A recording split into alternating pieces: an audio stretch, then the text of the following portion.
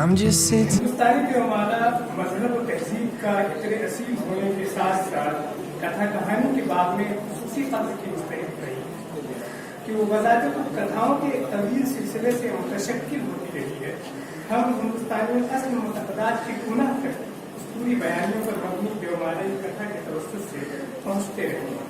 ہندوستانی سیاق میں دیومالا نے کائنات، انسان اور تہذیب کے تکون میں اپنا بھرپور عمل وطن قائم رکھا ہے. راجن سنگھ دیدی اردو افسانے کی تاریخ میں ایک بیدار ذہن اور اپنے فن کے تحت ہر درجے حساس و باشعور فنکار کی حیثیت سے جانے جاتے ہیں. وہ عالمی ان کی افسانوں کے ذخیروں کے نشر و فراز سے آگہی کے ساتھ ساتھ اپنے فن کی تراش و خراش میں مرصع ساز کی سی محنت صرف کرنا ضروری خیال کرتے تھے. اینٹ سے اینٹ بٹھانے اور کہانی کی روح سے لفظوں کا سر ملانے کا جتن ان کے یہاں اس قدر ہے کہ لفظوں کے ہیر پھیر سے معنی و مفہوم ختم ہونے لگے. بیدی نے اپنے افسانوں کے تشکیلی مواد میں ہندوستانی تہذیب جینے والوں کی متحرک زندگی کو شامل کیا ہے. اس مواد میں بیشتر نچلا یا نچلا متوسط طبقہ ہی کہانی کی تشکیل میں ان کا مطمئن نظر رہا ہے اور اسی کے توسط سے ہندوستانی دیومالا کو ان کے یہاں باریابی ملی ہے.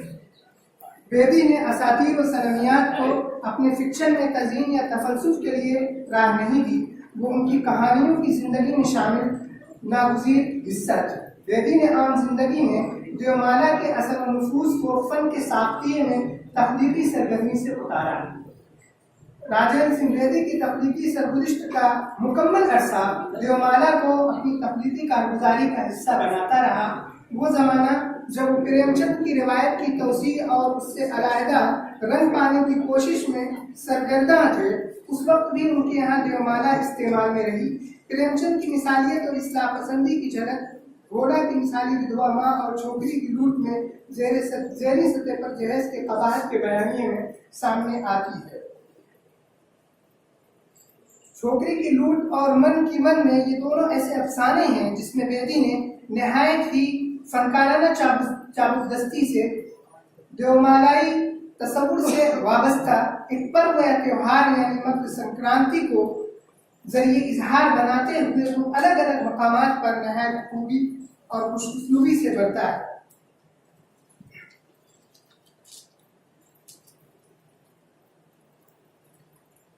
چھوکری کی لوٹ میں ایک بچے کے توسط سے جہیز کی نامعقولیت پر سوالیہ نشان قائم ہوا ہے اور یہاں ایک بچے کی داخلی نفسیاتی اور ذہنی کشمکش نے چھوکری کی لوٹ کو عنوان اور معنی کی سطح پر بامانہ کر دیا.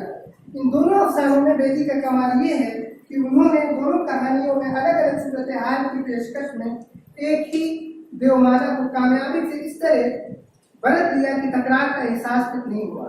دوسری کامیابی وہ فنی پیش رفت ہے جو مقصدیت کو زیر زمین لے جاتی ہے.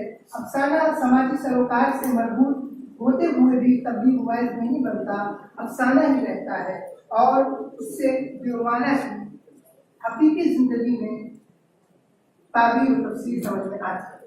افسانہ گرہن اپنے عنوان کی دیومالا سے مربوط بولی نامی عورت کی ازواجی زندگی میں آنے والی ناقابل تحمل گھریلو مشقت اور اس سے فرار سے عبارت ایک معلوم و مانوس مقام یعنی میکے کی طرف مراجعت کی روشن اور ممنوع ہوتی ہے تو بذات خود دیومالا کی استعارے کی عملی صورت بن جاتی ہے جسے ہم گرہن کے نام سے یاد کرتے ہیں.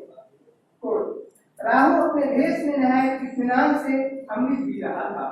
چاند اور سورج نے وشنو مہاراج کو اس کی اطلاع دی اور بھگوان نے سدرشن سے راہو کے 2 ٹکڑے کر دیے. اس کا سر اور گھر دونوں آسمانوں پر جا کر راہو اور کیتو بن گئے. سورج اور چاند دونوں اس کے مخلوق ہیں. اب وہ ہر سال 2 مرتبہ سورج اور چاند سے بدلہ لیتے ہیں.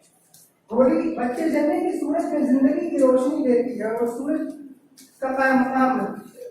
گھریلو ذمہ داریاں ادا کر کے چاندنی کسی ٹھنڈک پہنچاتی ہے اور چاند پہ سوار ہو جاتی ہے. ساس، دیور، شوہر تینوں ساتھ میں 2 مرتبہ نہیں روزانہ راہو اور کیتو کا کردار ادا کرتے ہیں. حالانکہ اس نے کسی کو کسی نو کے امرت رس پینے سے محروم نہیں کیا. بلکہ رسیلہ تو اس کا یوم بھوگ بھوگ کر اس کی درگت بنائے دیتا ہے، اسی لیے اسے گرہن لگتا ہے تو ابہام میں جا کر اپنے وجود کو پہلی بنا دیتا ہے۔ لاجونتی تقسیم کے پس منظر میں عورت کی عفت معابی کے غالبی تصور کی نفی میں بنا گیا افسانہ ہے۔ اس افسانے کی خوبی یہ ہے کہ یہاں سرمیات کی رائج تصور تفسیر کی تنگ دامانی کا آوازہ سنائی دیتا ہے۔ سیتا، رام چندر جی اور رامن کے دو مالائی کتانک سے تشکیل پانے والا اعتقادی اصول سوالیہ نشان کے دائرے میں آ جاتا ہے۔ سندر لال کہتا ہے کوٹ رام راج میں دھوبی کی آواز سنی جاتی مگر سندر لال کی نہیں۔ شری رام نیتا تھے ہمارے، پر کیا بات ہے بابا جی، انہوں نے دھوبی کی بات کو ستیہ سمجھ لیا اور اتنی بڑی مہارانی کے ستیہ پر اس بات نہ کر پائے۔ سندر لال بابو نے کہا اس سنسار میں بہت سی باتیں ایسی ہیں جو ہماری سمجھ میں نہیں آتی، پر میں سچا رام راج اسے سمجھتا ہوں جس میں انسان اپنے آپ پر بھی ظلم نہیں کر سکتا، اپنے آپ سے بھی بے انصافی کرنا اتنا ہی بڑا پاپ ہے جتنا کسی دوسرے سے بے انصافی کرنا۔ اس افسانے کی خوبی یہ ہے کہ افسانہ نگار دقت آمیزی کا امکان ہونے کے باوجود اس سے دامن کو بچاتے ہوئے عفت معاف ناموس کے نام لیوا کی سرموہری اور بزدلی پر سوال قائم کرنے میں کامیاب رہا۔ تشدد کے کرب اور بھیڑی نفسیات کے بیچ میں حادثاتی ڈرامہ سے گزر رہی عورتوں کی بے بسی کو پیکر سازانہ انداز میں جذبے سمیت آئینہ کیا۔ سندر لال دیومالائی کتھانک کی توسیع اور نئی تعبیر کا جواب پیش کر کے اپنی مہم کی راہ میں آنے والے روڑے کو بتا لیتا ہے۔ جب سانحے کے المیت سے گزر کر عام روش زندگی میں معمول کی بحالی کا مرحلہ درپیش ہوتا ہے تو اس جنسی مسرت اور حیاتیاتی رشتے سے ہی غافل رہتا ہے جس نے پہلے اسے لاجونتی کے ساتھ اس کے تشدد آمیز رویے کے باوجود خوشحال اور مسرت زندگی بخشی۔ اخلاقی رویے کی جگہ نفسیاتی المیت سے نکالنے میں حیاتیاتی اختلاط کی معنویت اس پر نہیں ہوتی، اس طرح وہ انجانے میں اپنے آپ سے اور دوسرے سے بھی ناانصافی کا مرتکب ہوتا ہے۔ اپنے دکھ مجھے دے دو بھی بیدی کا شاہکار ہے۔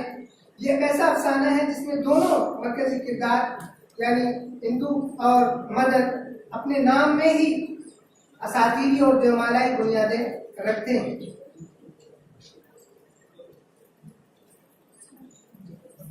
وقت کم بچا ہے اس لیے میں اپیل سا پڑھ دیتا ہوں۔ بیدی کے افسانوں کی کامیابی کا واحد سبب دیومالا نہیں ہے۔ بیدی نے فن کے ہمہ جہت پہلوؤں پر فنی زاویے سے محنت صرف کی ہے۔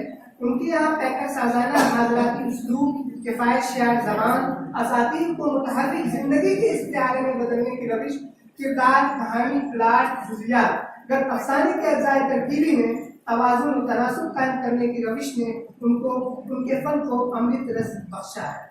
دیومالا بیدی کے فن کی اہم خصوصیت اور ان کے نئے کتھا ساگر کے معنیاتی نظام کی اہم کلید ہے کہ اس کے بغیر ان کے افسانوں کو تین ہدف درس سے گزارنا ممکن نہیں۔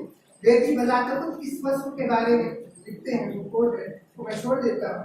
بیدی کے افسانوں میں بڑی تعداد ایسے افسانوں کی ہے جو ماحولیاتی تانیثیت کے زاویے سے اپنی غیرت کے طالب ہیں۔ ان کے نسوانی کرداروں کی حالت فدر سری معاشرے کے تناظر میں پرتھوی کی طرح ہے۔ جس طرح کا سلوک مانس کا پرتھوی سے ہے، اسی نوع کا سلوک ہندوستانی معاشرے میں عورت سے بھی رواج رکھا گیا ہے۔ شکریہ۔ آپ سماعت فرما رہے تھے جناب تحصیل حسین صاحب کو، اب میں بغیر کسی